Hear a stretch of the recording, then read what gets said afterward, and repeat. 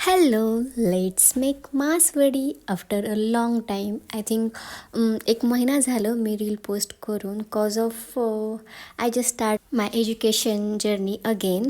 Late admission आणि early एक्झाम्समुळे तुमच्यापर्यंत पोचणं पॉसिबल नाही झालेलं. Sorry for that. परंतु आफ्टर दिस एका वीकमध्ये ॲटलिस्ट 2 रेसिपी तुमच्यापर्यंत पोहोचून जातील.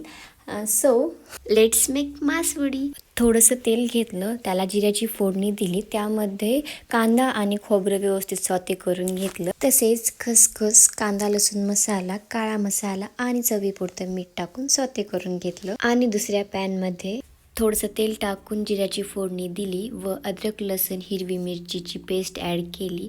त्यानंतर 2 ग्लास पाणी, हळद आणि चवीपुरतं मीठ टाकून त्याला एक उकळी येऊ दिली. त्यानंतर त्यामध्ये कोथिंबीर ॲड केली व एका बाउलमध्ये 1.5 कप बेसन पीठ घेतलं आणि त्याचं लम्स फ्री बॅटर तयार केलं.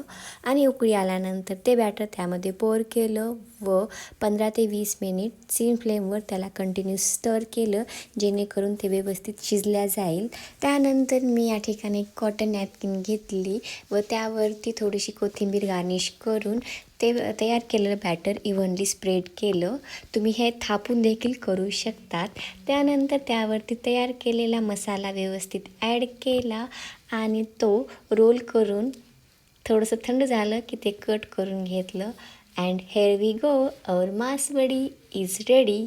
Try it out and let me know if you like it.